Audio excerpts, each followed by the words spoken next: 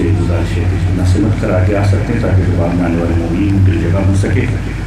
سورہ فاتحہ کی اہتمام ہے بانی مجلس مرحوم محمد رضا مٹن صاحب، جو نصف صدی سے اس مجلس سے اللہ کا انعقاد کر رہے تھے، گزشتہ سال اس دنیا سے رخصت ہوئے اور اس سال ہمارے درمیان نہیں ہیں۔ تمام مومن سے گزارش ہے کہ مرحوم محمد رضا مٹن اور ان کی زوجہ مرحومہ انجم زہرا کی سال ثواب کے لیے ایک بار سورہ مبارکہ فاتحہ اور 3 بار سورہ مبارکہ اخلاص ان کی روح کو بخش دیں۔ بسم اللہ الرحمن الرحیم، الحمدللہ رب العالمین الرحمن الرحیم مالک یوم الدین، ایاک نعبد و ایاک نستعین، اہدنا الصراط المستقیم صراط الذین انعمت علیہم غیر المغضوب علیہم ولا الضالین۔ بسم اللہ الرحمن الرحیم، قل هو اللہ احد اللہ الصمد لم یلد ولم یولد ولم یکن له کفوا احد۔ بسم اللہ الرحمن الرحیم، قل هو اللہ احد اللہ الصمد لم یلد ولم یولد ولم یکن له کفوا احد۔ بسم اللہ الرحمن الرحیم، قل هو اللہ احد اللہ الصمد لم یلد ولم یولد ولم یکن له کفوا احد۔ ایک اور سورہ فاتحہ کی اہتمام ہے مرحوم فاضل احمد بھائی، مرحومہ زینب بھائی، مرحوم حیدر علی قاسم علی شریف، مرحومہ نسیم بانو، مرحومہ رضیہ بھائی، مرحوم عبدالرسول بھائی چھوٹو بھائی، مرحوم عاشق حسین علی جواد، مرحومہ مہجبین، مرحومہ شہناز امین، مرحومہ گلشن بھائی، مرحومہ رباب فرید، مرحومہ رباب انور علی سامانی، مرحوم انجم رضا، مولانا مہدی رضا ایمانی، علامہ شیخ محسن علی نشوی صاحب، مرحوم مولانا محمد نقوی صاحب فضلہ مشترک، مرحوم علامہ رشید ترابی شاعر اہل بیت میں رئیس، مرحوم علامہ طالب جوہری اور دیگر تمام شہدائے ملت جعفریہ کو یاد کرتے ہوئے تمام مومنین مومنات کو بھی شامل کرتے ہیں جو گزشتہ سالوں تک ان مجالس اعزاء میں خصوصی طور پر شریک ہوتے تھے، آج ہمارے درمیان موجود نہیں ہے، اور خصوصیت کے ساتھ حالیہ واقعات کے اندر پارا چنار کے اندر جو مومنین شہید ہوئے اور اہل بیت کے جانے ماننے والے جہاں کہیں بھی آج اس دنیا سے رخصت ہوئے ہیں ان تمام کو شامل کرتے ہوئے رحم اللہ من قرأ الفاتحہ۔ بسم اللہ الرحمن الرحیم، الحمدللہ رب العالمین الرحمن الرحیم مالک یوم الدین، ایاک نعبد و ایاک نستعین، اہدنا الصراط المستقیم صراط الذین انعمت علیہم غیر المغضوب علیہم ولا الضالین۔ اللہم اغفر للمؤمنین والمؤمنات والمسلمین والمسلمات الاحیاء منهم والاموات، تابع بیننا وبینہم بالخیرات انک مجیب الدعوات انک علی کل شیء قدیر برحمتک یا ارحم الراحمین۔ صلوات علی محمد و آل محمد۔ اللہم صلی علی محمد و آل محمد۔ اعوذ باللہ من الشیطان الرجیم، بسم اللہ الرحمن الرحیم، الحمدللہ رب العالمین، الحمدللہ کما هو اہلہ، الحمدللہ من اول الدنیا الى فنائها ومن الآخرة الى بقائها، الصلاة والسلام على اشرف الانبیاء والمرسلین، سیدنا و نبینا ابی القاسم محمد صلی علی محمد و آل محمد وعلى اہل بیتہ الطیبین الطاہرین المعصومین المظلومین۔ دعائے سلاتی امام زمانہ۔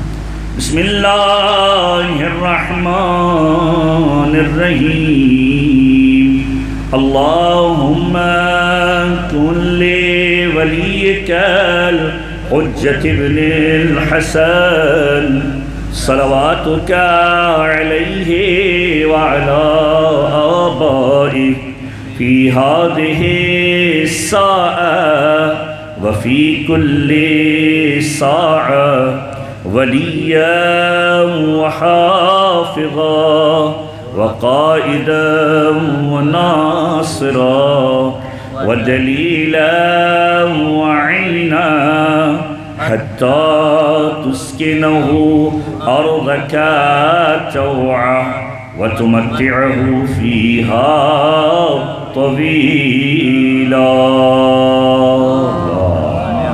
صل على محمد وآل محمد۔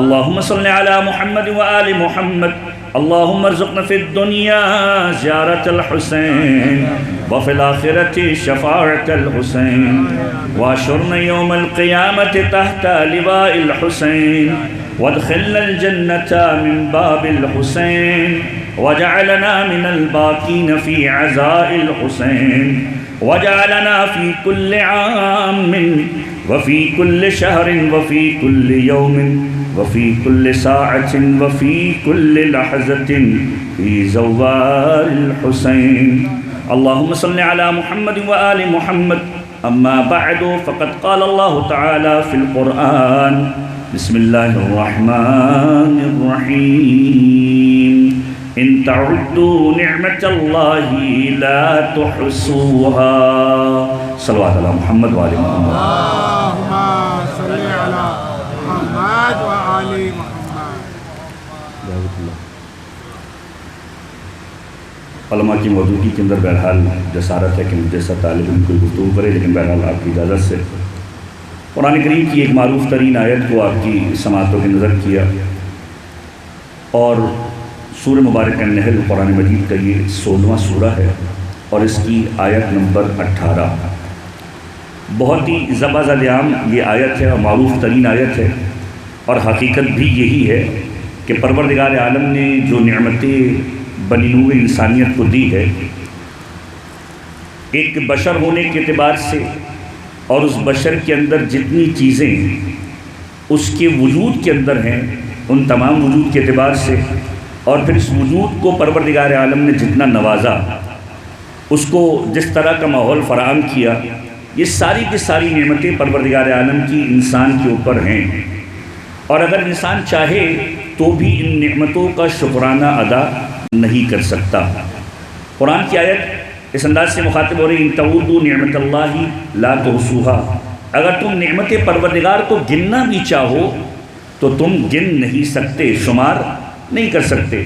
پروردگار عالم نے تمہارے پورے وجود کو اتنی نعمتوں سے سرشار کیا ہوا ہے کہ انسان اگر ایک لسٹ بنانے کر بیٹھے بھی اور صرف نعمتوں کو لکھنا شروع بھی کرے تب بھی انسان کا وجود ختم ہو جائے گا، خدا کی طرف سے دی ہوئی نعمتیں ختم ہونے والی نہیں ہیں، اس کا شمار بھی ممکن نہیں ہے۔ یہ اسلوب جو نعمتوں کے شمار ہونے کے اعتبار سے نظر آتا ہے، اب یہ عجیب بات ہے کہ فضائل کے مختلف پیرہے ہمیں مختلف انداز سے نظر آتے ہیں۔ یا تو قرآن میں خدا کی دی ہوئی نعمتوں کے بارے میں کہا جاتا ہے کہ اسے شمار نہیں کر سکتے، یا اپنے حبیب کی زبانی یہ جملے کہا کرتا ہے کہ اتنے علی کے اوصاف ہیں کہ کوئی شمار کرنا چاہے تو بھی شمار نہیں کر سکتا، کہ اگر دریا جو ہے وہ سیاہی بن جائے، درخت جو ہے وہ قلم بن جائے، تب بھی علی ابن ابی طالب کے فضائل کا احصاء ممکن نہیں ہے کہ ان کو شمار نہیں کیا جا سکتا۔ تو پروردگار عالم نے اس وجود کو جو ہم انسانوں کا وجود ہے اس کو نعمتوں سے سرفراز کیا، اور اب جب نعمتوں کی بات آتی ہے، مجھے ایک منزل طے کر کے ایک مرحلے تک آپ کو لے کر جانا ہے۔ چوتھے امام کی شہادت کے عنوان سے مجلس ہے، اور اسی عنوان سے مجھے اپنی گفتگو کو رب دینا ہے کہ جب نعمت الہیہ کی بات آتی ہے، ایک مرتبہ درود پڑھیے محمد والے محمد پر، تھوڑا سا ایکو سلو کیجیے گا، ایکو تھوڑا سا کم کیجیے گا،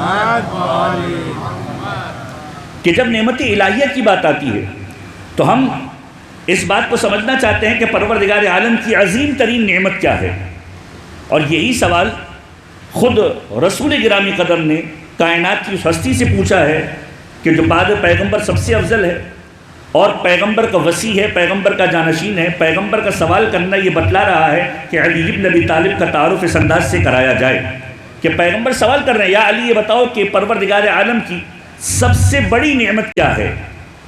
سوال کرنے والا پیغمبر، جواب دینے والے امیر المؤمنین۔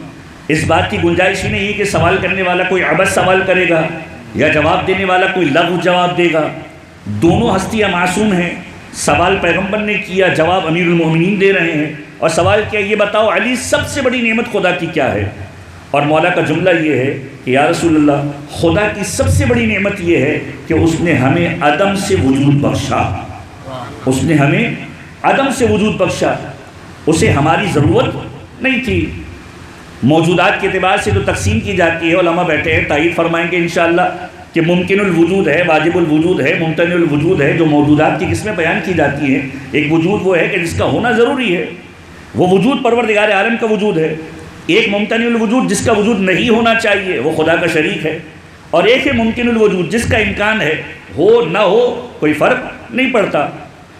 ہم سب ممکن الوجود ہیں کہ ہمارا ہونا نہ ہونا کوئی میٹر نہیں کرتا۔ تو مولا یہ جملہ ارشاد فرما رہے کہ سب سے بڑی پروردگار عالم کی نعمت یہ ہے کہ پروردگار عالم نے عدم سے وجود بخشا، اسے ہماری ضرورت نہیں تھی، اس نے پیدا کیا، یہ اس کی سب سے بڑی نعمت ہے۔ اور پھر سوال کیا کہ یا علی اس کے بعد سب سے بڑی نعمت کیا ہے؟ اور اس کے بعد معصوم فرماتے ہیں خود مولا کا جملہ کہ اس کے بعد سب سے بڑی نعمت یہ ہے کہ پروردگار عالم نے ہمیں نباتات و جمادات سے مختلف کیا، اشرف المخلوقات بنایا، پتھر نہیں بنایا، حجر نہیں بنایا، پودا یا سبزی یا کوئی اور شکل ہمیں عطا نہیں کی۔ اور پھر جب دوبارہ سوال کیا یا علی اس کے بعد سب سے بڑی نعمت کیا ہے؟ کہ یا رسول اللہ اس کے بعد سب سے بڑی نعمت یہ ہے کہ اس پروردگار عالم نے ہماری بہترین صورت گری کی۔ تبارک اللہ احسن الخالقین، وہ پروردگار جو بہترین خلقت دینے والا ہے اس نے بہترین صورت گری کی۔ اب یہ خود وجود کے اعتبار سے پروردگار عالم کی توحید پر سب سے بڑی دلیل ہے کہ وہ پروردگار جو رحم مادر کے اندر ایک بچے کو اس انداز سے نشو نما کروا رہا ہے کہ اس کی آنکھیں بھی بہترین ہے، آنکھوں پر پلکیں بھی ہیں، پلکوں پر ابرو بھی ہے، اور اس کے ہونٹ بھی ہے، ہونٹ کے ساتھ دیگر نقوش بھی ہے، ہر ایک چیز پروردگار عالم نے عطا کی ہے، اور وہ بہترین صورت گری کرنے والا ہے۔ یہ خود وجود خدا پر سب سے بڑی دلیل ہے۔ سورہ مبارک نحل 16واں سورہ ہے، نحل کہتے ہیں کسی شہد کی مکھی کو، اور اس کے بارے میں خود اسی سورے کے اندر پروردگار عالم نے اپنی توحید کی دلیل کو دیا ہے کہ ہم نے شہد کی مکھی پر وَأَوْحَىٰ إِلَى النَّحْلِ، ہم نے شہد کی مکھی کو وحی کی کہ جاؤ مختلف درختوں کے اوپر جاؤ، وہاں سے رس کو چوسو، اور رس کو لینے کے بعد اپنے پیٹ کے اندر ایک ایسا مادہ بناؤ کہ جس مادے کو ہم ظاہری اعتبار سے دنیا میں کہتے ہیں شہد، کہ شہد کی مکھی جاتی ہے مختلف مقامات سے مختلف چیزیں لے کر آتی ہے، چوستی ہے، اپنے دامن کے اندر ایک چیز بناتی ہے جس کو قرآن اس انداز سے کہتا ہے یہ کیا چیز ہے تمہارے پیٹ کے اندر؟ مختلف الالوانھا، جس کے رنگ مختلف ہے، جس کا ذائقہ مختلف ہے، اس کی مٹھاس الگ ہے۔ تو وہ کون ہے جو شہد کی مکھی کے اتنے چھوٹے سے پیٹ کے اندر مختلف رنگ کے شہد بھی ڈال رہا ہے اور اس میں مختلف قسم کے ذائقے بھی ڈال رہا ہے؟ یہ توحید پروردگار ہے کہ یہ خداوند متعال کی نعمتیں نہ فقط انسانوں تک محدود ہے بلکہ ہر چیز جو خدا کی خلقت کے اعتبار سے ہے اس میں موجود ہے۔ تو امیر المومنین سے سوال کیا کہ سب سے بڑی نعمت کیا؟ کہ ہمیں آدم سے وجود بخشا۔ اس کے بعد سب سے بڑی نعمت کیا؟ کہ پروردگار عالم نے ہمیں نباتات و جمادات سے مختلف کیا، اشرف المخلوقات بنایا۔ اس کے بعد سب سے بڑی نعمت کیا؟ پروردگار نے بہترین صورت گری کی۔ اور اس کے بعد کہ اے علی اب بتاؤ اس کے بعد سب سے بڑی نعمت کیا ہے؟ کہ پروردگار عالم نے عقل عطا کی اور دوسرے لوگوں سے مختلف کر دیا کہ ہمیں صاحب عقل بنایا، ہمیں صاحب عقل بنایا۔ اب جو پیغمبر نے سوال کیا اور علی بن ابی طالب کا جو جواب ہے وہ نعمت الہی کا ایک پیغام کہ یا علی اس کے بعد سب سے بڑی نعمت کیا ہے؟ کہ اس کے بعد سب سے بڑی نعمت ہے یا رسول اللہ آپ کے در سے لا کر وابستہ کر دیا، کسی اور کے در پہ نہیں لے کر گئے۔ آپ کے در سے لا کر وابستہ کر دیا، کسی اور کے در سے نہیں جوڑا۔ اور یہی جملے خود سید الشہداء کے جملے ہیں دعائے عرفہ کے اندر۔ دعائے عرفہ کے اندر مولا جب دعا پڑھ رہے ہیں کس انداز سے مولا کی دعا ہے؟ پروردگار عالم کی حمد و ثنا ہے، پھر پروردگار عالم کے بارے میں ہے پروردگار تو کیا ہے، اور پھر پروردگار سے مناجات ہے میں کیا ہوں؟ پروردگار تو وہ ہے جو عطا کرتا ہے، پروردگار تو وہ ہے جو مجھے رزق دینے والا ہے، پروردگار تو وہ جو ہے مجھے معاف کرنے والا ہے۔ میں کون ہوں؟ میں تکبر کرنے لگتا ہوں، مجھے ملتا ہے میں بھاگنے لگتا ہوں۔ پروردگار میں بار بار معصیت کرتا ہوں تو بار بار معاف کر دیتا ہے۔ اور چوتھے امام کی دعاؤں کے اندر بھی یہ جملہ ہے جو اگلے مرحلے کے اندر میں آپ کی سماعتوں کی نظر کروں گا، اس میں سید الشہداء اس انداز سے جملہ کہتے کہ خداوند متعال تیری حمد و ثنا اس بات پر ہے کہ تو نے ہمیں اس گھر میں پیدا کیا جہاں محبت کا نام لیا جاتا ہے، یہ تیری نعمت ہے۔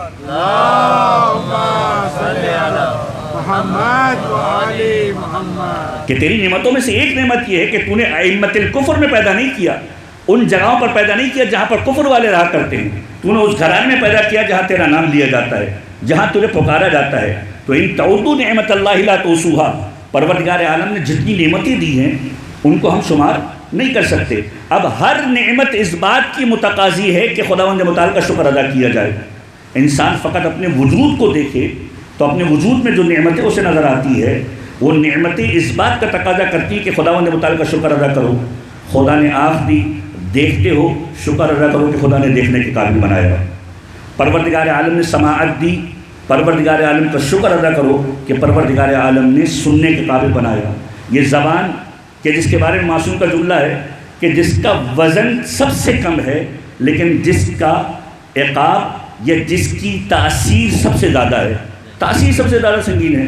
یہ کچھ پاؤ کی یا کچھ گرام کی یہ زبان ہے جس کی تاثیر یہ ہے کہ اگر کوئی جملہ ایسا کہہ دے تو عرش الہی ہل جایا کرتا ہے اور دعائیں مستجاب ہو جایا کرتی ہے. چھوٹی سی چیز لیکن اس کا وزن کم ہے، اس کی تاثیر بہت زیادہ سنگین ہے. یہ زبان خدا نے دی، بولتے ہیں. کتنے ایسے ہیں جو اس محرومی سے دو چار ہیں کہ ان کے پاس زبان جیسی نعمت نہیں ہے. خدا نے نعمت دی، اب اس کا شکرانہ ادا کرو. یہ پروردگار عالم کی نعمتیں ہیں، اور ان نعمتوں میں بھی خدا نے جو ایک عظیم ترین نعمت دی ہے وہ در آل محمد جیسی نعمت ہے. وہ در آل محمد جیسی نعمت ہے کہ خود چھٹے امام جعفر صادق علیہ السلام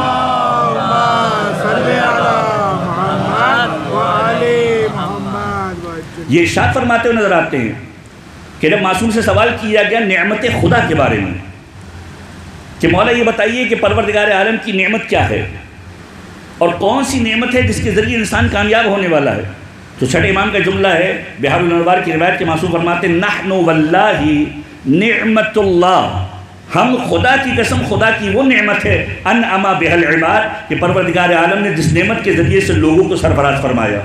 اور پھر فرمایا وَيَفُوزُونَ بِنَا فَوْزًا، اور ہمارے ذریعے سے لوگ نجات پائیں گے. جو ہمارے در تک آئے گا وہ نجات کے راستے پر چلا جائے گا، جو ہمارے در پر آئے گا وہ نجات کے راستے پر چلا جائے گا. اب یہ جو پروردگار عالم کی نعمت ہے یہ متقاضی ہے کہ انسان شکر کرے، اور ہر نعمت کا ایک حق ہے، اور اسی حق کو ڈسکس کیا ہے چوتھے امام نے، جس کو ہم رسالۃ الحقوق کے عنوان سے یاد کرتے ہیں. مجھے بس چوتھے امام کی ذات سے آپ کو جوڑنا تھا کہ چوتھے امام نے باقاعدہ طور پر ایک رسالہ، ایک گفتگو کی کہ جس کے اندر مولا نے 50 چیزوں کے حقوق کو بیان کیا کہ پروردگار عالم نے جو نعمتیں تمہیں دی ہیں، جس معاشرے میں تم جی رہے ہو، جن لوگوں کے ساتھ تم زندگی گزار رہے ہو، معاشرے کے ہر طبقے کے ساتھ، چاہے قریبی ہو چاہے دور والا ہو، وہ نعمتیں جو خدا نے تمہیں دی ہیں ان نعمتوں کے ساتھ تو زندگی گزار رہے ہو. پھر تمہارا خداوند متعال سے رشتہ، پھر تمہارا ائمہ طاہرین سے رشتہ، یہ سارے کے رشتے اس بات کا تقاضا کرتے ہیں کہ ان سب کا تم پر ایک حق ہے اور تمہارا ان پر حق ہے. خدا سے جو تعلق ہے اس میں خدا کا حق تم پر ہے، تمہارا کوئی حق خدا پر نہیں ہے، کیونکہ اس نے سب کچھ عطا کیا ہے، تم اس کو کچھ نہیں دینے والے. تمہاری نماز پڑھنے سے خدا کی خدائی میں کوئی بڑھوتری نہیں ہونے والی، تمہاری معصیت سے اس کی خدائی میں کوئی کمی نہیں ہونے والی. لیکن کچھ ایسے کردار بھی ہیں تاریخ کے اندر کہ جو یہ دعویٰ کرتے تھے پروردگار تجھے اس حق کا واسطہ جو تیرا ہم پر ہے اور اس حق کا واسطہ جو ہمارا تجھ پر ہے. اب یہ کردار انسانی کرداروں سے مختلف ہیں، اور یہ جملے کس کے ہیں؟ چوتھے امام کے. مسجد کوفہ آپ لوگ جاتے ہیں، مسجد کوفہ کی دعاؤں کے اندر ایک مقام ہے، مقام آدم علیہ السلام، حضرت آدم کی توبہ کی قبولیت کا مقام، امیر المؤمنین حسنین کریمین کی عبادت کا مقام. اور یہ جملے جب میں پڑھتا ہوں تو یقینی طور پر مجھے کچھ افراد یاد آتے ہیں، اور خصوصیت کے ساتھ جس جگہ پر بیٹھا ہوا ہوں، رضا مرچن صاحب کی وہ کوشش جو پوری دنیا کے اندر اس وقت پھیلی ہوئی ہے، زاد سفر یا زاد راہ کی صورت کے اندر، جس پہ باقاعدہ طور پر ہسٹری بھی ہے اور جگہ کے اعمال بھی ہے. لوگوں کو معلوم ہی نہیں ہوا کرتا تھا کہ جا کہاں رہے ہیں، کس طریقے سے زیارت کریں گے، طریقہ کار کیا ہوگا. بہرحال یہ ایسا ثواب جاریہ ہے جو انشاءاللہ ان کی رہتی نسلوں تک جاری رہے گا اور یہ ثواب ان کو ملتا رہے گا. انہی دعاؤں کے اندر ایک دعا کہ چوتھے امام اس دعا کو تعلیم دیتے ہوئے نظر آتے ہیں، اور دعا کا اسلوب کیا ہے کہ پروردگار میں نے جو تیری عبادت کی ہے وہ عبادت میں نے اپنی پسندیدہ ترین چیزوں میں کی ہے، لیکن میں نے تیری معصیت بہت زیادہ کی ہے. انسان آج عبادت کے معاملے میں بھی وہ عبادت کرتا ہے جو اس کی پسند کی ہو، ہر معاملے میں اس مقام پر آگے بڑھتا ہے جو اسے پسندیدہ ہو. جو اسے پسند نہ ہو اس عبادت کو پیچھے رکھ دیا کرتا ہے، لیکن جس کو پسند ہو اس کام کو زیادہ انجام دیا کرتا ہے.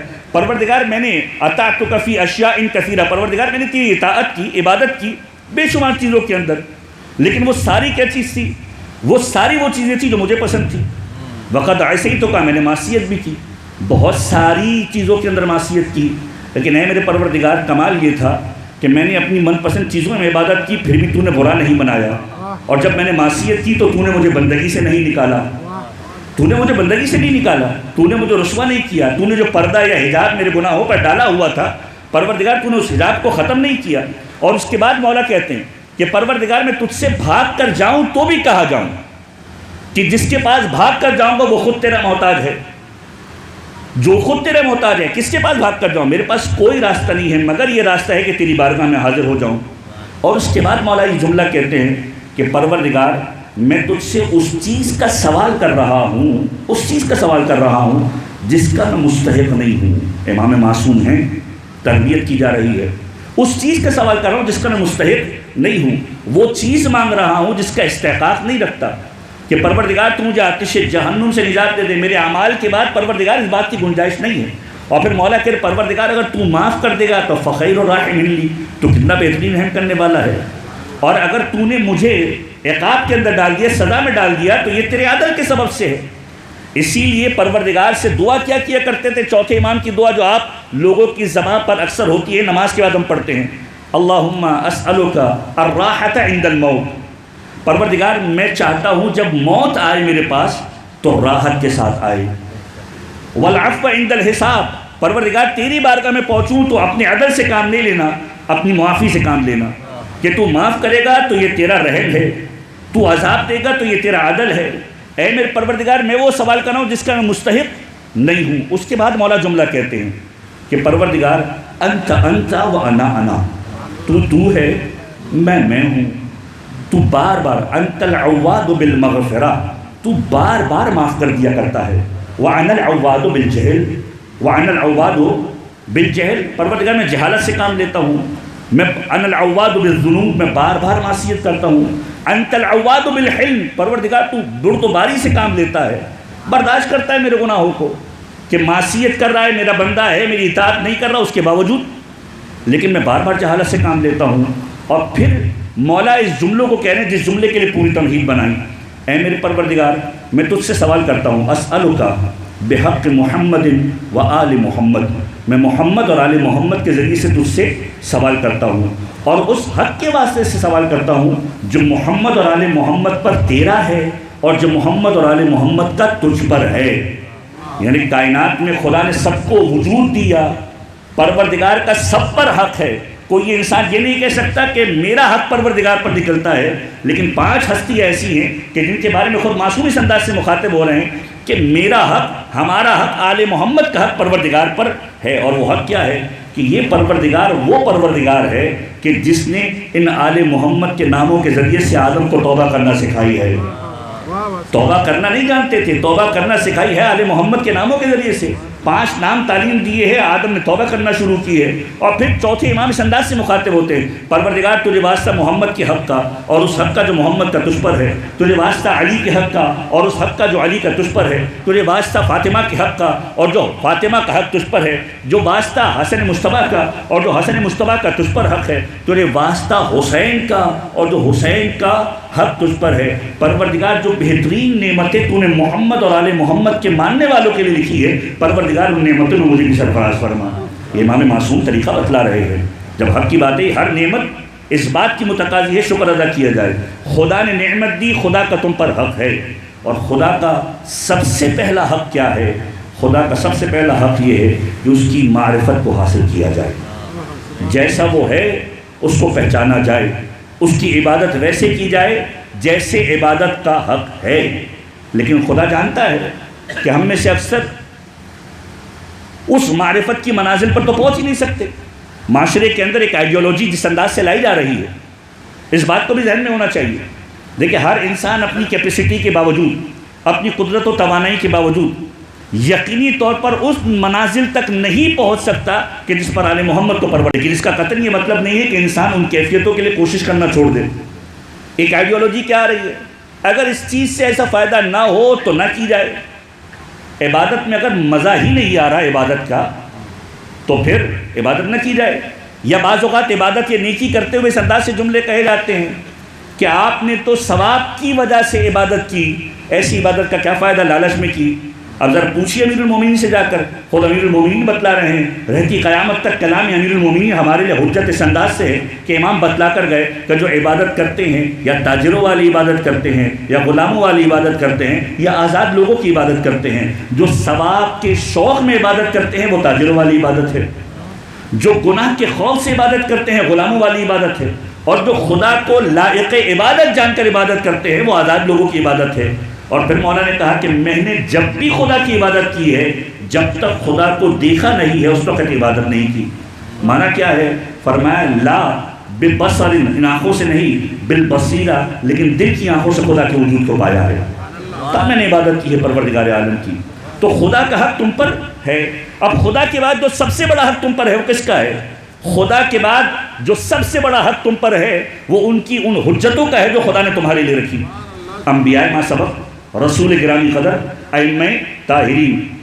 اب ائمہ طاہرین کی جب بات آتی ہے، ایک جملہ، اس جملے کو بھی اپنے ذہنوں کے اندر منتقل کر لیجئے، اور چونکہ میرا اکثر و بیشتر پورے سال کے اندر سفر ہی رہتا ہے زیارات کے عنوان سے، اور ایک خاص ربط ہے میرا اس گھرانے کے ساتھ بھی، رضا بھائی کے ساتھ بھی، مرحوم کے ساتھ، تو جب یہ بات آتی تو میں اکثر اس انداز سے تذکرہ کرتا ہوں، یہ ڈسکشن رہے کہ ائمہ طاہرین کا حق مختلف ڈائمنشنز ہو سکتی ہیں، لیکن 8ویں امام کا ایک جملہ ہے، 8ویں امام نے جملہ ارشاد فرمایا، وہ جملہ کیا ہے کہ ہر امام کا اپنے چاہنے والے کی گردن پر ایک حق ہے، ہر امام کا جو بھی معصوم ہے، ہر امام کا اپنے چاہنے والے کی گردن پر ایک حق ہے، اور وہ حق اس وقت تک ادا نہیں ہو سکتا کہ جب تک اس معصوم کی زیارت کے لیے نہ جایا جائے۔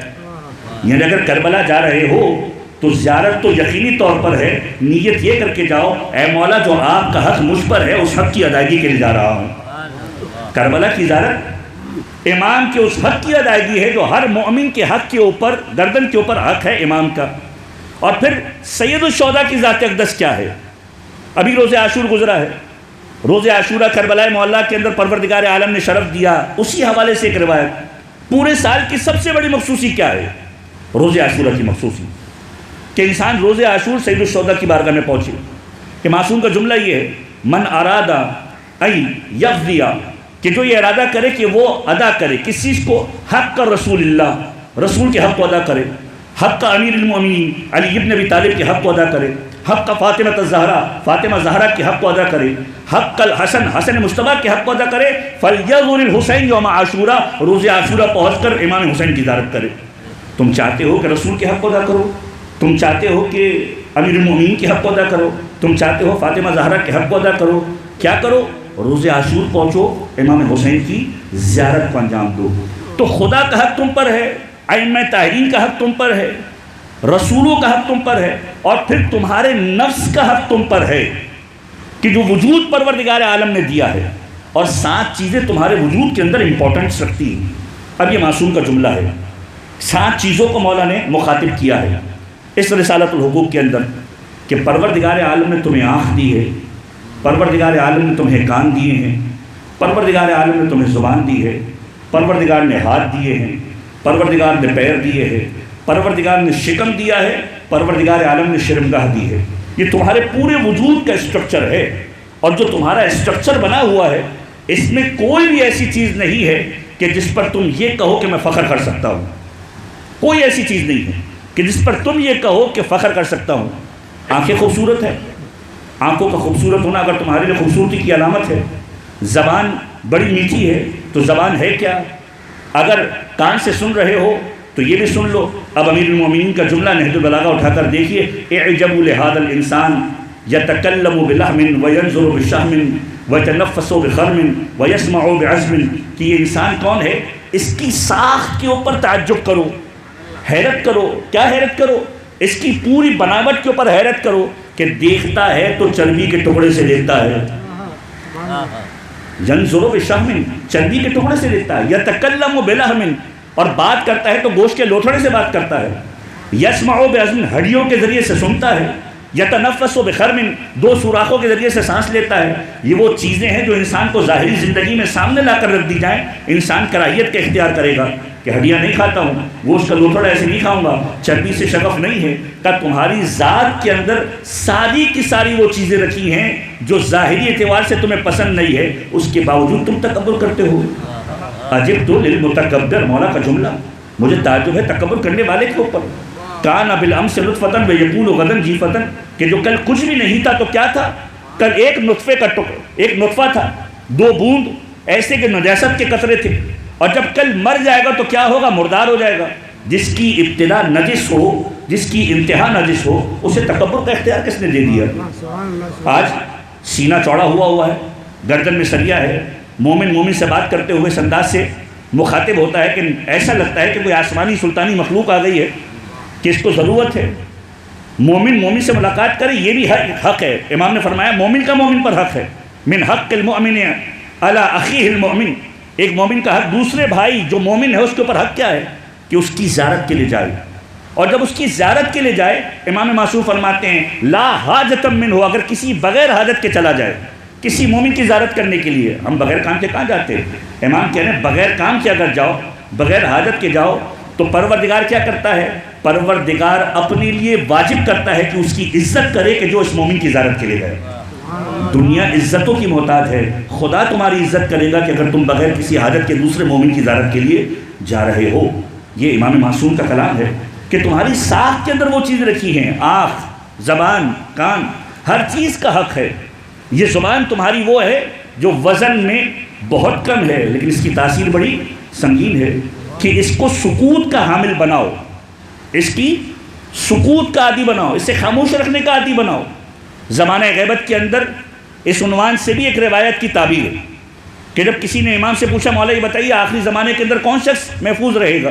امام نے کہا واحفظ لسانک، جو اپنی زبان کو محفوظ رکھے، والزم بیتک، جو اپنے آپ کو گھروں تک محدود کرے، کسی فتنے کا حصہ نہ بنے. اپنی زبان کو خاموشی کا عادی بناؤ.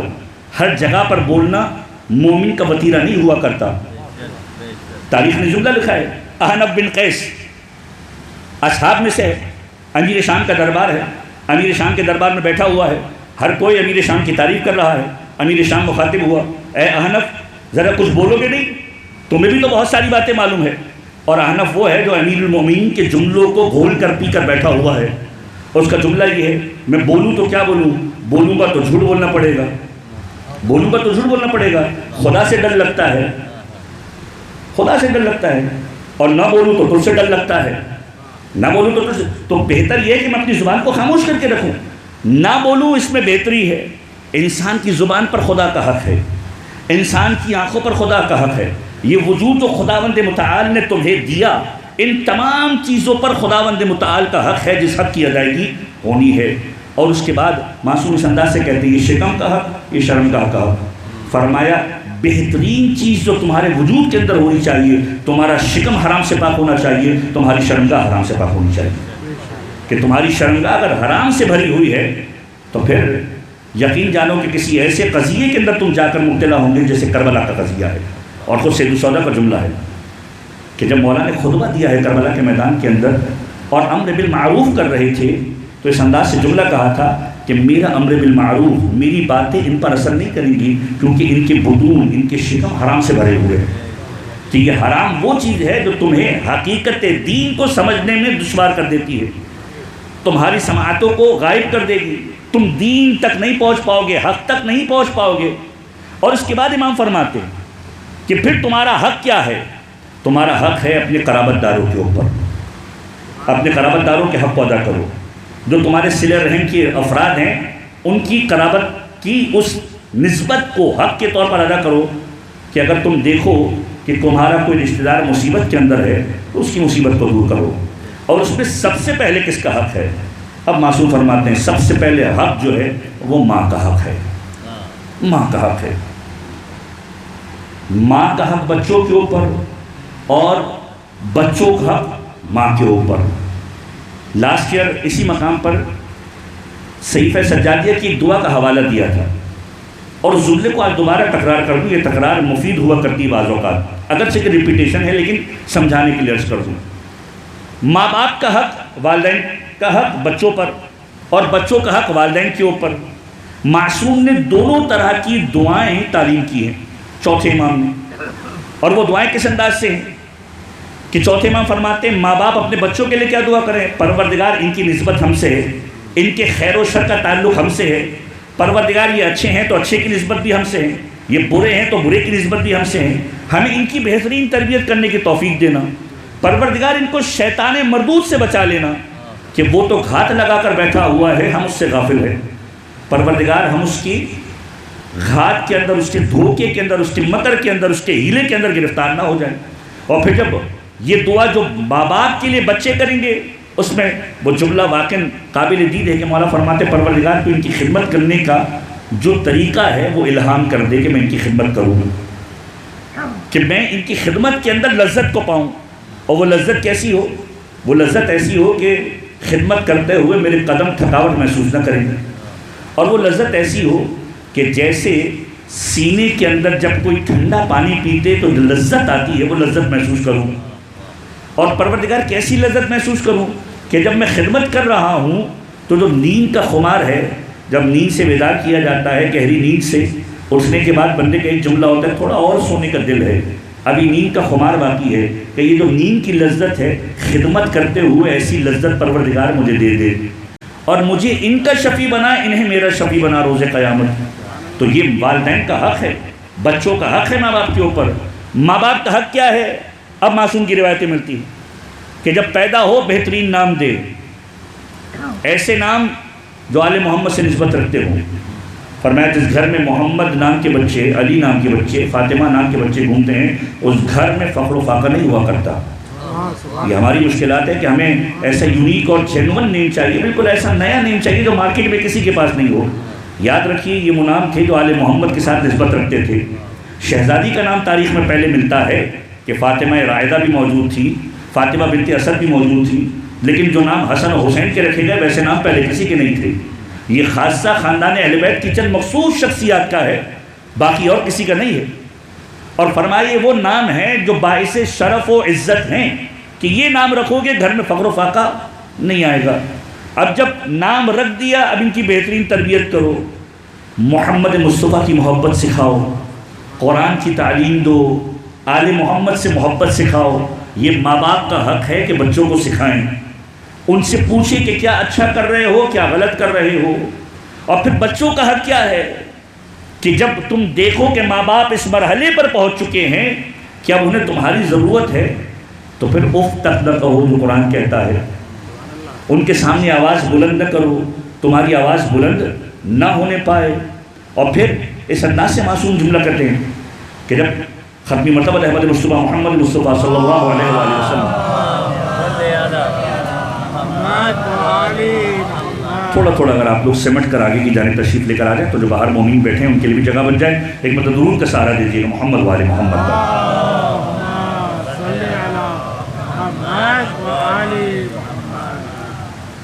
ایک اور مرتبہ درود پڑھیے محمد والے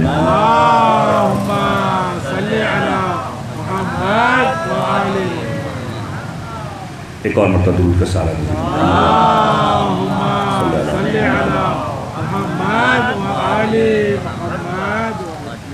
کہ ماں باپ کا حق بچوں پر، بچوں کا حق ماں باپ پر. کہ معصوم کی خدمت میں، پیغمبر کی خدمت میں شخص آتا ہے، یا رسول اللہ میری ماں بیمار ہے، جہاد بھی مجھ پر واجب ہے، جنگ کا میدان سج رہا ہے، میں چاہتا ہوں کہ آپ کے ساتھ میدان جنگ میں شریک ہو جاؤں، لیکن کیا کروں اگر ماں کو چھوڑ کر جاتا ہوں تو پھر ماں کے پاس کوئی نہیں ہوگا. کہ تیرا محاذ جنگ یہی ہے کہ ماں کی خدمت کر. یعنی دین کو ضرورت ہے، رسول کو ضرورت ہے کہ لشکر میں ایک حامی و ناصر شامل ہو جائے. اور پیغمبر یہ جملہ کہہ رہے ہیں کہ تیرے لیے ضروری ہے کہ اپنی ماں کی خدمت کر، پروردگار تجھے وہی اجر دینے والا ہے جو جنگ میں میرے ساتھ لوگ لڑ رہے ہیں، جو اجر پروردگار انہیں دینے والا ہے وہ تجھے ملے گا کس عمل کے سبب جو تو ماں کی خدمت کر رہا ہے. اور پھر یہ جملہ آ کر کسی نے کہا، واقعات آپ نے سنے ہوئے، صرف تذکر کر کے آگے گزر جاؤں، کہ یا رسول اللہ کیا میں نے اپنی ماں کی اتنی خدمت کی کہ ہر مرحلے پر میری ماں کو میری ضرورت ہے، میں نے اپنے باپ کی خدمت کی اور اس انداز سے خدمت کی کہ ہر چیز کے لیے وہ محتاج ہیں کہ میں ان کی خدمت کو کروں، کیا میں نے حق کو ادا کیا؟ اور پیغمبر کا جملہ یہ ہے، تو نے ایک رات کی ایک کروٹ کے حق کو بھی ابھی ادا نہیں کیا. جو ماں نے تیرے لیے اس زحمت کو پالا تھا کہ جس زحمت کو اس نے ایک رات تیرے لیے اٹھایا تھا، اس زحمت کے حق کو بھی تو نے ابھی ادا نہیں کیا۔ تو یہ حقوق ہیں جو پروردگار عالم نے انسانوں پر رکھے ہیں۔ ہمسایوں کا حق کیا ہے، شاگرد کا حق کیا ہے، اس اساتذہ کا حق کیا ہے۔ یہ وہ نفس ہے جو تمہارا نفس ہے، یہ تمہیں سفر کروائے گا معرفت پروردگار کی جانب۔ ہر چیز سے غافل نہ ہو جانا، خداوند متعال کے ان راستوں کو ڈھونڈنے کی کوشش کرنا جو خدا تک تمہارا سفر کرا کر لے کر جائیں۔ اور جب حق کی بات آتی ہے تو ایک فلسفہ جو بیان کیا جاتا ہے، اور اس کے ساتھ ہی میں منزل مسائل کے اوپر آ جاؤں اور ایک فضائل کا نقطہ آپ کی سماعتوں کی نظر کر دوں۔ خاندان اہل بیت وہ خاندان ہے کہ جس نے اپنے کردار سے مومنین کے لیے ایک ایسا حصار بنا کر رکھا ہوا ہے کہ جو دامن عصمت و طہارت کے ساتھ جڑ جایا کرتا ہے وہ ان کی شفیع بن جایا کرتے ہیں، ان کی شفاعت کرنے والے بن جایا کرتے ہیں۔ کہ جو آل محمد کے در سے جڑ جاتا ہے، خاندان عصمت و طہارت نے یہ حصار اپنے مومنین کے لیے بنایا ہوا ہے کہ ان کی شفاعت کا خاندان عصمت و طہارت نے لیا ہوا ہے۔ شفیع المذنبین پیغمبر کا بھی لقب ہے۔ قرآن کہتا ہے وَلَا يَشْفَعُونَ إِلَّا لِمَنِ ارْتَضَىٰ، کوئی شفاعت نہیں کرے گا روز قیامت مگر یہ کہ وہ جو خدا کے چنندہ ہوں گے، جن کے پاس خدا کی رضا ہوگی۔ اب یہ کون سے افراد ہیں؟ یہ وہی افراد ہیں جو پیغمبر کا گھرانہ ہے۔ اور جب ان کی بات آتی ہے تو اب تاریخ اس انداز سے لکھتی ہے کہ جب حقوق کی بات آتی ہے، اتنے سارے حق کی بات ہوئی، انسان کا انسان سے حق، انسان کا نفس پر حق، خدا جو نعمتیں دی ہیں ان کا حق۔ جب انسان کی انسان سے بات ہوتی ہے، جن کو ہم حقوق العباد کی تعبیر کرتے ہیں، جب انسان کی ایک دوسرے کے معاملات آپس میں الجھ جائیں تو پھر کیا ہوگا؟ طریقہ کار یہ ہوتا ہے اگر دنیا کے اندر کسی کا جھگڑا ہو اور کوئی کیس کسی کے سامنے پریزنٹ کیا جائے، ایک ظاہری اعتبار سے ظالم ہے، دوسرا مظلوم ہے۔ اب یہاں پر تو ظالم اور مظلوم کی ڈیفینیشن ایسی تبدیل ہو جاتی ہے کہ ہم میں سے ہر ایک دوسرے کی سٹوری میں ظالم مظلوم بن چکا ہے۔ لیکن ظالم و مظلوم کا جب کیس لایا جاتا ہے تو جب ظالم و مظلوم کی بات ہوتی ہے اور کیس کسی منصف کے سامنے لایا جائے تو وہ کہے گا کہ جس نے ظلم کیا ہے، مثلا مالی معاملہ ہے، کسی نے ایک شخص کا مال کھا لیا، اب مال کھا لیا واپس نہیں کر رہا، منصف کے پاس لایا جائے گا دنیا کے اندر تو وہ کہے گا جو مال کھایا ہے اسے واپس کرو۔ یہ تو ظاہری اعتبار سے دنیا کا دستور ہے، کسی کا مال کھایا اسے واپس کرو، یہ حقوق العباد ہے۔ حقوق اللہ میں تو پروردگار عالم ممکن ہے رحم کرے، لیکن حقوق العباد کے اندر جب تک جس بندے کا حق نہیں کھایا ہے اس کی ادائیگی نہیں ہوگی جب تک کسی قسم کی کمی بیشی کا کوئی گنجائش نہیں ہے۔ اب اگر فرض کیجئے کہ انسان دنیا سے چلا گیا، جس کا حق کھایا وہ بھی دنیا سے چلا گیا، جس نے حق کھایا وہ بھی دنیا سے چلا گیا، مقام عمل میں تو اب کوئی بھی نہیں ہے۔ اب معاملہ کیسے سلجھے گا؟ اب روز قیامت جو معصومین کی روایت کے اندر ایک حشر کا منظرنامہ پیش کیا گیا ہے اس کے تناظر میں بات کر رہا ہوں تاکہ ہم اس بات کو محسوس کر سکیں کہ جب روز قیامت سجا ہوا ہوگا، جس کا حق کھایا گیا ہے وہ بھی آئے گا، جس نے حق کھایا وہ بھی آئے گا۔ مقام عمل تو ختم ہو گیا، دنیا میں اب معاملہ کوئی بھی نہیں ہے۔ اب کیا ہوگا؟ پروردگار اس نے میرا حق کھایا تھا، مثلا فرض کیجیے مجھ جیسے گناہگار کسی کا حق کھا کر بیٹھ گیا، میں نے جس کا حق کھایا وہ بھی سامنے آ گیا، پروردگار اس نے میرا حق کھایا تھا۔ اب کیا ہوگا؟ اب یہ ہوگا کہ کہا جائے گا کہ اس کی برائیاں میرے نامہ عمل میں ڈال دی جائیں، اس کی برائیاں میرے نامہ عمل میں ڈال دی جائیں، لیجر بنایا جائے گا، بیلنس کیا جائے گا۔ اگر برائی نہیں تھی تو میری نیکیاں نکالی جائیں، اس کے نامہ عمل میں ڈال دی جائیں، اور اس طریقے سے معاملے کو بیلنس کیا جائے گا۔ لیکن یہ تو انسانوں کا معاملہ ہے۔ جب پروردگار عالم کی بارگاہ میں آل محمد تشریف لے کر آئیں گے تو پھر کیا معاملہ ہوگا کہ جب جس نے ظلم کیا ہے آل محمد کے اوپر، آل محمد ان سے حساب و کتاب کے منزل میں آئیں گے، پروردگار اس نے ظلم کیا تھا، میرے حق کو کھایا تھا۔ آپ زیارت عاشورہ کے اندر پڑھتے کہ نہیں پڑھتے؟ اللہم لعن اول ظالم ظلم حق محمد و آل محمد، کہ پروردگار لعنت کو مخصوص کر اس پہلے کے ساتھ جس نے آل محمد کے حق پر ڈاکہ ڈالا۔ تو جب یہ معاملات آئیں گے تو پروردگار عالم کی بارگاہ میں جب یہ منصف، خدا بند متعال خود منصف ہوگا، پروردگار انصاف کیسے ہوگا؟ طریقہ کار کیا تھا؟ دنیا کا دستور کیا تھا؟ ان کی برائیاں نکالو، ان کے نامہ اعمال میں ڈال دو، ان کی اچھائیاں نکالو، اس کے نامہ اعمال میں ڈال دو۔ پروردگار آل محمد کے جو دشمن ہیں وہاں پر نیکی کا کوئی تصور موجود نہیں ہے، نیکی کا کوئی تصور موجود نہیں ہے۔ اور پروردگار جب نیکی کا تصور نہیں ہے تو اب کیا ہوگا؟ یہاں سے برائی جانی چاہیے، یہ مقام طہارت پر ہیں، یہاں پر برائی کا کوئی تصور نہیں ہے۔ اب معاملہ بیلنس کیسے ہوگا؟ ایک طرف نیکی کا کوئی وجود نہیں ہے، ایک طرف برائی کا کوئی وجود نہیں ہے۔ اب معصومین کی روایت میں جملہ ملتا ہے کہ اب اس کے بدلے میں پروردگار کیا کرے گا؟ جو ظلم آل محمد پر ڈھایا گیا اس کے بدلے میں محبان اہل بیت کی شفاعت کرے گا۔ محبان اہل بیت کی شفاعت کرے گا. اور روایتوں کے اندر اس انداز سے جملے ملتے ہیں کہ علی کے سر پر لگنے والی ایک ضربت امت کی شفاعت کے لیے کافی ہو جائے گی. علی کے سر پر ضربت لگی، وہ ایک ضربت امت کی شفاعت کے لیے کافی ہوگی. جب حقوق کی بات ہو تو حق کی ادائیگی اس انداز سے ہوگی روز قیامت اہل بیت کی شفاعت کی صورت کے اندر. یہ وہ گھرانہ ہے کہ جس گھرانے نے ایسے عطا کیا ہے تمام لوگوں کو کہ جس کی مثال نہیں ملتی. کہ چوتھے امام کے گھرانے پر جب کوئی آتا ہے، امام کا سوال یہ نہیں ہے کہ تو اپنا ہے کہ پرایا ہے. امام اس انداز سے دیتے ہیں کہ آنے والا آیا ہے، یہ خدا کا قاصد بن کے آیا ہے، اسے دے دو، اسے دے دو اور اسے محروم نہ کرو. کہ آل محمد نے کبھی کسی سے کچھ مانگا؟ خاندان عصمت و طہارت نے کبھی کسی سے کچھ مانگا؟ آل محمد تو وہ ہیں جو عطا کرنے والے ہیں، بانٹنے والے ہیں. ہاں، تاریخ میں ایک جملہ ضرور ملتا ہے کہ آل محمد کے خاندان والوں نے مانگا تو کب مانگا؟ جب بیویوں کو بازاروں اور درباروں میں پھرایا جا رہا تھا تو مانگا ہے تو چادر کو مانگا ہے. کہ کوئی ہے جو چادر لا کر علی کی بیٹیوں کے سروں پر ڈال دے؟ کوئی ہے جو چادر علی کی بیٹیوں کے سروں پر ڈال دے؟ چوتھے امام کی شہادت کا دن ہے، وہ امام کے جس نے 35 سال تک گریہ کیا ہے، ہر چیز کو دیکھ کر گریہ کیا ہے. وہ چوتھے امام سے سوال کرتا ہے، مولا اس قدر کیوں روتے ہیں؟ منہال نے آ کر سوال کیا، مولا اس قدر کیوں روتے ہیں؟ اور مولا کا ایک مرتبہ جواب یہ ہے، یعقوب کا ایک بیٹا یوسف جدا ہوا تھا، مرا نہیں تھا، اتنا روئے کہ آنکھوں کی بینائی زائل ہو گئی، ببجزت عینا، آنکھیں سفید ہو گئی. مولا آپ کے کربلا کے میدان کے اندر یوسف جدا نہیں ہوئے، شہید ہوئے. کا شہید ہوئے، ہر ایک یوسف جیسا تھا. مولا شہادت تو آپ کی میراث ہے. کہ یقیناً شہادت ہماری میراث ہے، تو نے ظلم کیا، یقیناً ہماری شہادت میراث ہے، لیکن کیا یہ بھی ہماری میراث ہے کہ ماؤں بہنوں کو بازاروں اور درباروں میں پھرایا جائے اور منادی صدا دے رہا ہو، علی و فاطمہ کی بیٹیاں ہے، تماشا دیکھو. اے مولا، میں نے آپ کو دیکھا تھا کہ آپ دربار ابن زیاد کے اندر کھڑے ہوئے تھے. مولا آپ جب آئے تھے آپ امام وقت تھے. مولا آپ کی کمر جھکی ہوئی تھی، آپ کی نگاہیں جھکی ہوئی تھی، آپ کی کمر خمیدہ ہے، آنکھوں میں آنکھیں ڈال کر بات نہیں کر رہے تھے. مولا میں اس وقت بھی تھا کہ جب مسلم موجود تھے، جب مسلم آئے تھے، کمر خمیدہ نہ تھی، آنکھوں میں آنکھیں ڈال کر بات کر رہے تھے، گردن تنی ہوئی تھی. کہا پوچھنے والے تو نے انصاف نہ کیا. مسلم جب آئے تھے اکیلے آئے تھے، لیکن جب میں آیا تھا ماؤں بہنوں کے ساتھ آیا تھا.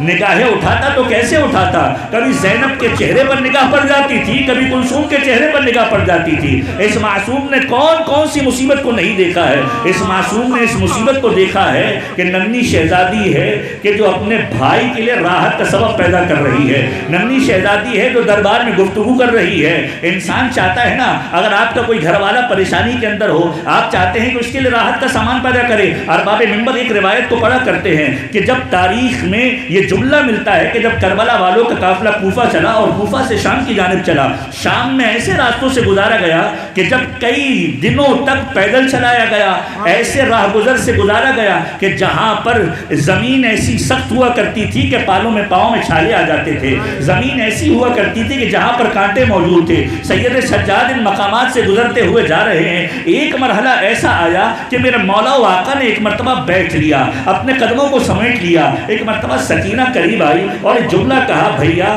میں نے آپ کو ان تمام مصیبت کے مراحل میں کبھی اس انداز سے نہیں دیکھا کہ آپ بیٹھے ہوئے ہوں اور اپنے قدموں کو سمیٹ لیا ہو. اے بھیا کیا سبب ہے؟ کہا اے سکینہ، ان پاؤں کے اندر آبلے آ چکے ہیں، آبلوں کے اندر کانٹے چبھے ہوئے ہیں. اب ارباب منبر کہتے ہیں ایک ننھی بچی ہے جو قریب میں بیٹھی ہے اور قریب میں بیٹھنے کے بعد بھائی کے آبلوں سے کانٹوں کو نکال رہی ہے اور ایک جملہ کہتی جاتی ہے، بھیا کیا راحت محسوس کر رہے ہو؟ بھیا کیا راحت محسوس کر رہے ہو؟ یہ چھوٹی سی بچی اپنے بھائی کو مخاطب کر رہی ہے، لیکن میں کیا کروں؟ آج یہ چھوٹی بچی اپنے بھائی کے قدموں سے کانٹے کو نکال رہی ہے. لیکن جب سکینہ کو تماچے لگتے تھے، سید سجاد چاہتے تھے تماچے سے بچا لے، لیکن کیا کرے، ہاتھ پسے گردن بندھے ہوئے ہوئے تھے، بھائی بہن کے لیے راحت کا سامان نہ کر سکا۔ ارے سید سجاد ان تمام مصیبتوں کو دیکھتے ہوئے شام میں داخل ہوئے ہیں، اور شام میں جن مصیبتوں کو دیکھا ہے وہ کیسی مصیبتیں تھیں، ان مصیبتوں کا ایک منظر محمد حنفیہ کو بتایا تھا۔ جب مدینہ قافلہ پہنچا تھا، نعمان نے اعلان کیا تھا، یا اہل یثرب لا مقام لکم، اے مدینے والوں تمہارے لیے کوئی رہنے کی جگہ نہیں رہی ہے۔ قد قتل الحسین بکربلا، حسین کو کربلا کے میدان میں قتل کر دیا گیا۔ مدینے والے جوک در جوک اپنے گھروں سے نکل رہے تھے، ہر ایک خاندان بنی ہاشم کے قافلے کے پاس پہنچ رہا تھا۔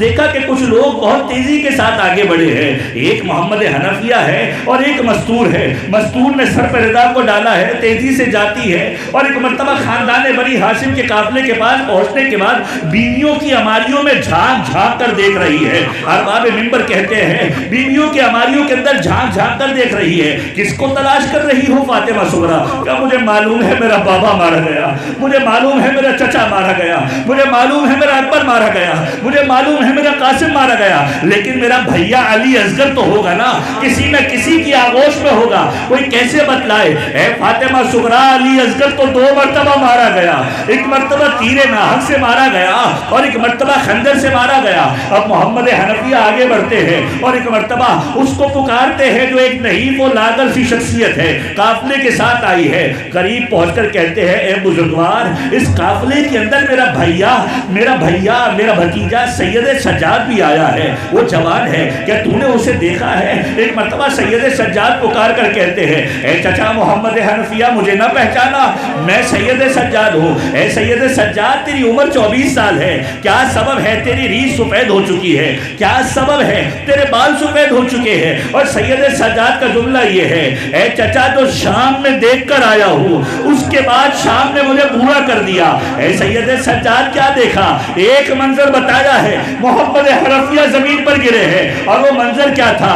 اے چچا، میں ماں و بہنوں کے ساتھ تھا، منادی ندا دے رہا تھا، یہ علی و فاطمہ کی بیٹیاں ہیں، تماشا دیکھو۔ کوئی پتھر مارتا تھا، محمد حنفیہ نے جملہ سنا، اپنی سواری سے زمین پر گرے۔ سید سجاد نے جملہ کہا اے چچا، سنا ہے برداشت نہ ہوا، ارے میں تو کوفے اور شام کے بازاروں اور درباروں میں دیکھتا ہوا آیا ہوں۔ اور ایک مرتبہ پہلی سفر آئی ہے جب شام میں قافلہ داخل ہوا۔ اب تاریخ نے راوی کا نام لکھا ہے، مدینۃ المعادس کی روایت، سہل ابن سعد پیغمبر کا صحابی ہے، یہ کہتا ہے پہلی سفر کا دن تھا، میں شام میں داخل ہوا، اور جب میں شام میں داخل ہوا میں نے دیکھا کہ ایک مرتبہ شام کی گلیوں میں شادیانے بج رہے ہیں، رقص و سرور کی محفلیں جمی ہوئی ہے، لوگ تالیاں پیٹ رہے ہیں، لوگ گھر میں خوشیاں منا رہے ہیں۔ ایک مرتبہ میں قریب پہنچا، میں نے سوال کیا کیا مطلب، کیا ماجرا ہے؟ کہ حاکم کو باغیوں پر فتح ہوئی ہے، حاکم کو باغیوں پر فتح ہوئی ہے۔ میں قریب گیا دربار کے قریب ماحول الگ تھا، لوگ گھر کی چھتوں پر کھڑے ہوئے ہیں، خوشیاں منا رہے ہیں، رقص و سرور کر رہے ہیں۔ ایک مرتبہ میں نے پوچھا کہ کیا ماجرا ہے؟ کچھ دیر کے اندر باغیوں کا گروہ آنے والا ہے، لہذا ہر ایک جمع ہو گیا ہے۔ میں کھڑا ہو گیا کہ دیکھوں کہ کون باغی ہے، ابھی کچھ دیر گزری تھی کہ اعلان ہوا باغیوں کا گروہ آ گیا۔ میں نے دیکھا عجیب گروہ تھا، جس گروہ کے آگے کچھ ایسے سر تھے جو نوکے نیزہ پر بلند ہوئے تھے۔ میں نے دیکھا اس قافلے کے اندر فقط بیویاں تھیں جن کے سر پہ چادریں نہ تھی۔ میں نے دیکھا اس پورے قافلے کے اندر ایک شخص تھا جس نے سیاہ امامہ پہنا ہوا تھا، اور وہ آیا ہے۔ جیسے ہی قافلہ داخل ہوا میں نے دیکھا گھر کی چھت سے ایک بوڑھی عورت نے ایک پتھر اٹھایا ہے اور ایک سر کا نشانہ لے کر مارا ہے۔ وہ پتھر سر کے اوپر آ کر لگا ہے، اور ایک مرتبہ ایک بی بی کی آواز بلند ہوئی، ہائے میرا حسین، اے میرے غریب حسین۔ کہ میں سمجھ گیا کہ جسے پتھر آ کر لگا ہے اس کا نام حسین ہے۔ اب میں نے دیکھا لوگوں نے عجیب حرکت کی، کوئی گھر کی چھت سے پتھر پھینک رہا تھا، کوئی کھولتا ہوا پانی پھینک رہا تھا، اور کھولتا ہوا پانی پھینک رہا تھا۔ میں نے دیکھا کچھ لوگوں نے انگارے اٹھائے ہوئے تھے، دہکتے ہوئے انگارے پھینکنا شروع کیے۔ میں نے دیکھا بیویوں کے بالوں پر انگارے آ کر گرتے تھے، بیویوں کے بال جل رہے تھے۔ میں نے دیکھا صاحب امامہ کے امامے میں انگارہ آ کر گرا ہے، امامہ جلنا شروع ہوا۔ میں دیکھ رہا تھا ابھی یہ صاحب امامہ اپنا امامہ اتارے گا، لیکن اس نے امامہ نہ اتارا۔ جب میں قریب گیا میں نے کیا دیکھا، ارے یہ کیسے امامہ اتارتا، اس کے ہاتھ تو پسے گردن بندھے ہوئے تھے۔ میں نے اس کی امامے سے انگارے کو نکالا، اس نے میرا شکریہ ادا کیا، میں نے کہا السلام علیک ایھا الاسیر، اے اسیر تجھ پر میرا سلام ہو، اس نے علیک السلام کہا، ایک مرتبہ جواب سلام دیا، اور جب میں نے کہا تو کون ہے، اس نے آیات قرآنی کی تلاوت کرنا شروع کی، انما یرید اللہ لیذھب عنکم الرجس، کیا تمہیں معلوم ہے یہ آیت کس کے لیے نازل ہوئی، ویطعمون الطعام علی حبہ مسکینا ویتیما واسیرا، تمہیں معلوم ہے یہ آیات کس کے لیے نازل ہوئی، کیا یہ تو میرے خاندان عصمت و طہارت کے لیے نازل ہوئی ہے، کہا اسی محبت کے نواسے ہیں، اسی علی و فاطمہ کے بیٹے ہیں، ایک مرتبہ کلبوں کو پکڑا ہے اور مولا سے کہا مولا مجھے معلوم نہیں تھا، میں کربلا کے میدان میں موجود نہیں تھا، مولا اگر میرے لائق حکم دو میں تلوار نکال کر جہاد کروں، کہ نہیں کچھ نہ کر، اگر مدد کرنا چاہتا ہے اتنا بتا دے تیری جیب میں کتنے درہم و دینار موجود ہے، کہا مولا 2000 دینار ہے، کہا بس ایک کام کر دے، جا کر کچھ چادریں لے کر آ جا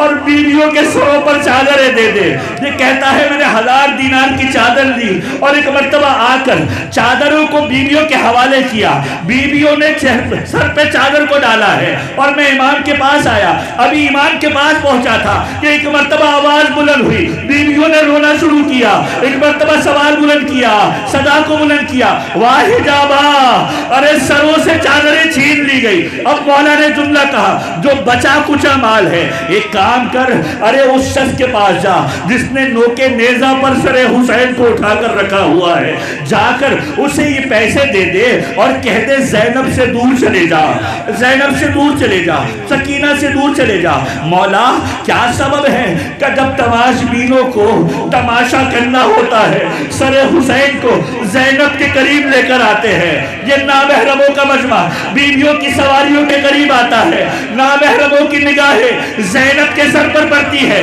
یہ بیویاں پکار پکار کر کہتی ہے اے سید سجاد ہمیں نامحرموں کی نگاہوں سے بچا لو،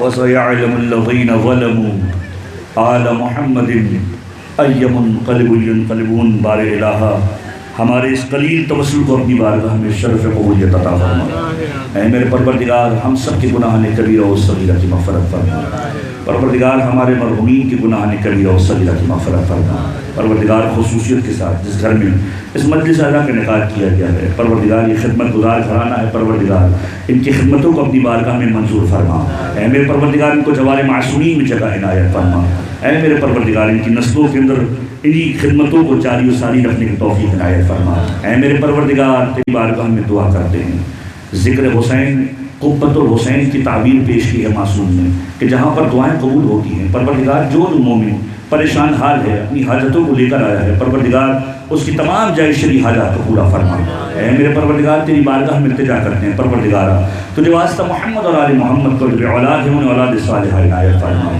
اے میرے پروردگار تیری بارگاہ میں التجا کرتے ہیں، پروردگار تیری بارگاہ میں التجا ہے جو بیمار ہیں الخصوص وہ تمام مومنین جو بیمار ہیں، خصوصیت کے ساتھ جو مومنین مختلف مقامات پر زخمی ہوئے ہیں، بیماری کے اندر ہے، علالت کے اندر ہیں، پروردگار ان تمام مومنین کو بحق بیمار کربلا شفا یابی عنایت فرما، اے معبود و رب دنیا سے ظلم و ظالم کا خاتمہ فرما، اے میرے پروردگار انتہائی حجت امام زمانہ کے ظہور کے اندر تعجیل فرما، ہمیں ان کے اعوان و انصار میں شمار فرما، ربنا تقبل منا انک انت السمیع العلیم وتب علینا بحق محمد و اہل بیتہ الطیبین الطاہرین، ایک مرتبہ سورہ مبارکہ فاتحہ اور 3 مرتبہ سورہ مبارکہ اخلاص، مرحوم محمد رضا مرشد، مرحومہ انجم زہرا، مرحوم فاضل احمد بھائی، مرحومہ زینب بھائی، مرحوم حیدر علی قاسم علی شریف، مرحومہ نسیم بانو، مرحومہ رضیہ بھائی، مرحوم عبد الرسول بھائی چھوٹو بھائی، مرحوم عاشق حسین علی جواد، مرحومہ محجبین، مرحومہ شہناز امین، مرحومہ گلشن بھائی،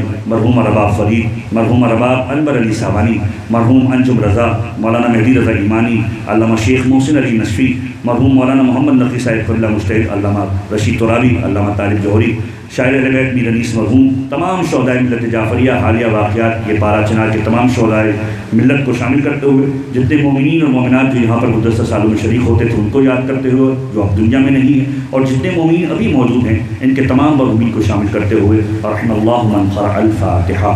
بسم اللہ الرحمن الرحیم، الحمدللہ رب العالمین، الرحمن الرحیم، مالک یوم الدین، ایاک نعبد و ایاک نستعین، اهدنا الصراط المستقيم صراط الذين أنعمت عليهم غير المغضوب عليهم ولا الضالين بسم الله الرحمن الرحيم قل هو الله أحد الله الصمد لم يلد ولم يولد ولم يكن له كفوا أحد بسم الله الرحمن الرحيم قل هو الله أحد الله الصمد لم يلد ولم يولد ولم يكن له كفوا أحد بسم الله الرحمن الرحيم قل هو الله أحد الله الصمد لم يلد ولم يولد ولم يكن له كفوا أحد اللهم اغفر للمؤمنين والمؤمنات والمسلمين والمسلمات الأحياء منهم والأموات تابع بيننا وبينهم بالخيرات إنك مجيب الدعوات إنك على كل شيء قدير برحمتك يا أرحم الراحمين ماتم حسین